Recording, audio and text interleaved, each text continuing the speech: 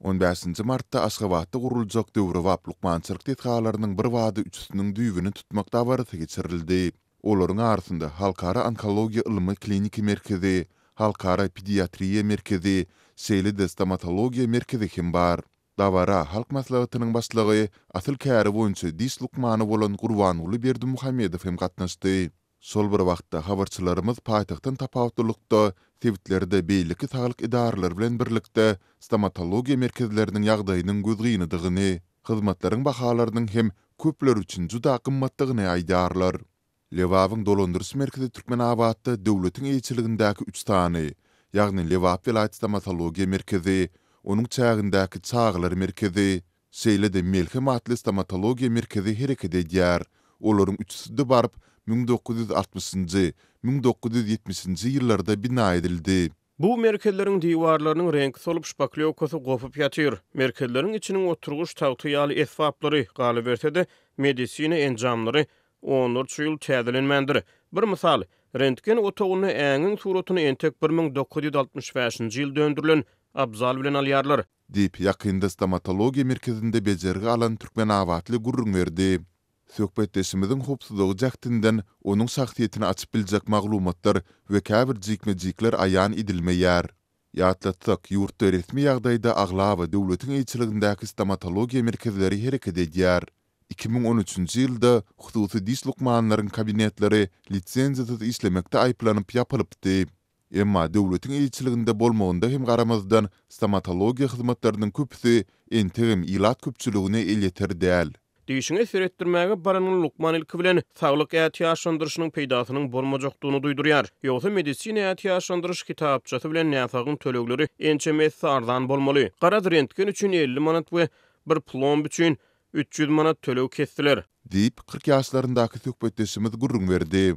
Lukmanlar bu ýagdaýlaryň özlerine bagly däldigini, soňky bir näçe ýyl bäri dowam edýän ykdysady krizisiň arasynda ähli gerekli injamlary öz hasaplaryna satyn almaly bolýandyklaryny aýdarlar. Stomatologlar gerekli dermanlary we gurallary diş üçin plastmassalary, keramika massalaryny, plomb bulamak üçin ferişteleri, hatda ellikleri hem öz hasaplaryna satyn alýarlar. Munyň üstüne her bir stomatolog aýda döwlete 15.000 manat meşburuna plan tapşyrmaly. Biz öz ýanymyza işläp biljek däl. Diýip Türkmenabadly dis lukmanlarynyň biri gurrun berdi. Bu ağırlıkta tebitde diňe çağlar üçin dis merkezinde muğut hyzmatlar göz öňünde tutulup, üýsiz daşarda galan ýa-da maýyplyk derejeli maddi ýagdaýy agyr bolan raýatlara töleksiz hyzmatlar hödürlenmeýär.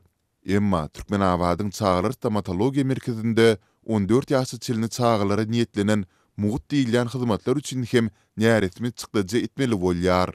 Lukmana ýolanjak sanjymlaryny öz ýanyň bilen getirmeli. Mundan başga da elkakı diýip lukmanyň jebetine hökmany 50 manat goýaýmaly. Bu hem öz boluşly bir däbe öwrülipdir. Diýip ýakynda çağasynyň diýişini teretdiren beýleki bir söhbetdeşimiz aýtdy. Sol bir wagtda ol bu merkezde goşmaçy pula has döwre wapr otogyň hem bardygyny, ol ýerde ulanylýan derman derhilisteleriň hem degişlilikde has täzedigini aýtdy. Söhbetdeşimiz munyň näresmi ýagdaýda hereket edýändigini belledi. Bu merkezdäki adat stomatologiýa otagyndaky oturguç 1980-nji ýylda öndürilipdir. Onuň daşynyň örtgüsü hem tozup bir näçe ýerinden ýamalypdyr. Ýöne goşmaça näresmi töleg üçin aýratyn bir otag bar. Ol ýere nowatsyz goý berýärler we has gowy bejergi berýärler. Diýip ol aýtdy. Ýokarda gurrun edilen ýagdaýlar boýunça ada agzalan stomatologiýa merkezlerinden galy bersede saglygy goraýyş we derman tenaty ministrliginden kommentariýa almak başartmady. Türkmenistanda 18-nji martdan agaç ekmek boýunça çäre geçiriler. Resmi habarlara görä şu ýyl tutuş ýurtda 3 million agaçyň ekilmegi planlaşdyrylýar. Odalky ýyllaryň tejribelerine görä agaç oturtmak çäresi köpçüligiň toplanmagynda ýogar görnüşinde geçirilýär. Şuňlar Türkmenabadyň häkimetleri ekiljek bag üçin ýerleri taýýarlamak bilen başagaý bolup ýogar geçirýärler. Son günlerde Türkmenabadyň bir näçe böleginde meýdandary tertiplemek, suwlaryny çekip almak boýunça gysgaly işler alınıp barylýar. Azatlyk radiosynyň yerli habarçylary bu başagaýlaryň ýakyn günlerde geçiriljek bag ekiş ýogaryna taýýarlyklar bilen baglydygyny aýdýarlar. Türkmenabadyň täze gurulan awtomenziliniň öňündäki uly meýdanda şäheriň arasaly şgullugynyň zeýsuwlaryny tartyp alýan bölümniň işgärlerini uly iş boldy. Olar bag ekiljek meýdany arasaly ýarlar. Bu uly meýdan Kön aeroportyň uçuş-gonyş ýolunun gapdaly bolup dur. Bu meýdany soňky 5 ýylda çayır we ýylgyn basyp ýatyr. Indi onu arasalamak üçin 500 goly isgar häzir güýçli depkinde isleýär.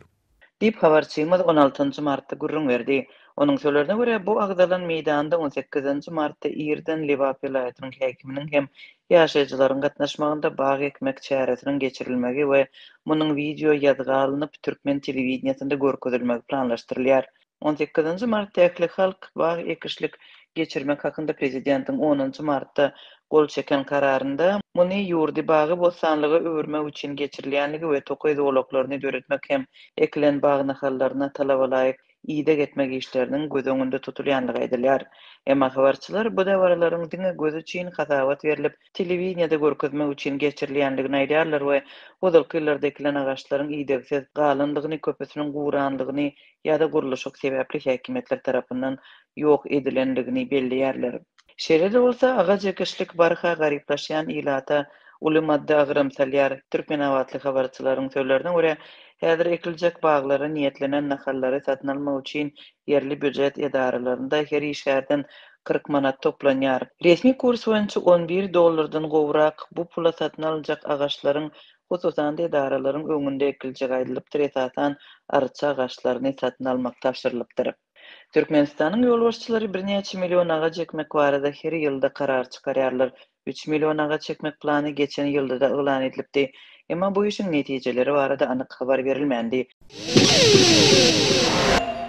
Hazaryň kinaryna ýerleşen Türkmenbaş şäheriniň bazarlaryna 1 kilogram süňkli sugur etiniň bahasy 75 manat, jylket 95 manatdan satylýar. 1 kilogram tuwy hiline görä 28-55 manat aralygyna bahalanýar. Adatyk radiosynyň habarçysy Balkan welaýatynyň bazarlaryna, hususy sowda nokatlaryna we döwlet dukanlaryna ilata hödürlenýän adyk haritlarynyň bahalaryny deňeşdirýär. Maglumaty görä Günwatar tewitde käbir ýym tönümleriniň bahalary hususy sowda bilen deňeşdirilene döwlet dukanlaryna has gymmatlady. Meselem, ahal harit nişanly paýta ýagynyň 1 litr Balkanyň döwlet dukanlaryna 32 manatdan, hususy dukanlarda 30 manatdan satylýar. Kartoşkanyň kilesi döwlet ýetişligine dukanlarda 9 manatdan, bazarlarda 5,5 manatdan satylýar. Yerli önümçiligi degişli käbir haritlaryň döwlet dukanlary bilen deňeşdirilene hususy sowdada ardan bolmagy ünüt çekýär. Ma'lum bolýan Türkmen hususiýetçileri ýurtdan nençe meýil bäri daşary ýurt valyutasynyň gara bazar bahasynyň resmi kursyny ýokary galmagy sebäpli önüm öndürmek üçin zerur bolan haritlaryň daşary ýurtlardan import edilmegine türlü kynçylykları başdan geçirip gelýär.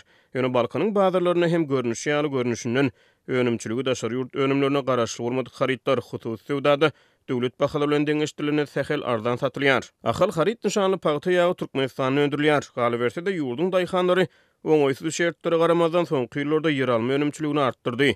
Ýöne muňa garamazdan kartoşkanyň daşary ýurtlardan import edilmegi hem dowam etdirilýär. Maglumat üçin aýdylsa Türkmen hususiýetçiler daşary ýurt kärhanalary bilen aradaky sowdada daşary ýurt valyutasyny ulanmaly bolýarlar. Ýurt içinde nagyt valyuta sowdasynyň çäklendirilmegi zerarly. Bu valyutanyň gara bazar bahasynyň resmi kursynyň 5 ýese töwere ýokary bolmagy sebäpli hususiýetçileriň yerli önümçiligi zerur bolan daşary ýurt önümlerini erkin satyn almagy kynlaşýar. Ýöne hususy sowdadaky bahalaryň döwlet dukanlary bilen deňeşdirilene sähel ardan bolmagy näme üçindir ähli adyk haritlaryna şol sany gök bakça önümlerine degişli däl. Ýogsa Türkmenistanyň hökümeti ýurtda adyk bolçulugyny döretmek maksady bilen yerli obahyjylyk önümçiliginiň artdyrylýanyny aýdýar. Meselem Türkmenbaşynyň bazarlaryna tuwynyň 1 kilogram hiline görä 28-55 manat aralygyna bahalanýar.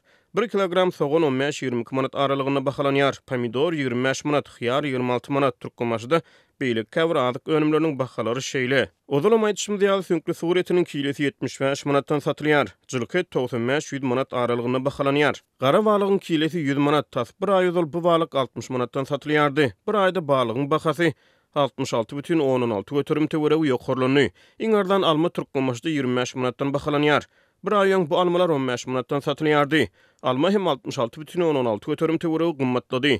Hazarýaka şäherde bekri balygynyň 1 kilogramy 350-600 manat aralygyna bahalanýar. Öý ýumurtgasy 3,5-4 manatdan satylýar. 1 litr süýt 18 manat. Azatlygyň habarçysy beýle käbir ýym tönümleriniň döwlet dukanlaryna we hususy sowdadaky bahalaryny deňeşdirýär. Balkanyň adyk paýlarynyň hataryna ilata hödürlenýän Günawakar ýagy Döwlet dukanlaryna 31-33 manat. Bu ýaglar bazarlarda 25-28 manatdan satylýar. Towuk budunyň döwlet bahasy 16 manat, hili pes budlar 15 manatdan satylýar. Ýöne hususy sowdada ýokary hili towuk buduny 15 manada satyn alsa bolýar. Ýurtda sarp edilen iň esas haritlaryň biri bolan unyň bahasy hem döwlet we hususy sowdada tapawutlanýar. Türkmenistanda öndürilen unyň 1 kilogram balkanyň döwlet dukanlaryna 9 manatdan satylýar. Yerli un bazarlarda 5 manatdan satylýar. Gazagystanda öndürilen unyň 1 kilogramy döwlet sowda nokatlaryna 10 manatdan satylýar. Azatlyk radiosu balkanyň döwlet dukanlary bilen hususy sowda nokatlarynyň arasyna baha tapawudynyň mümkin bolan sebäplerini anyklap bilmedi. Ýöne bu meýiller köplenç yerli önümçiligi degişli haritlaryň bahalaryna göz ilýär.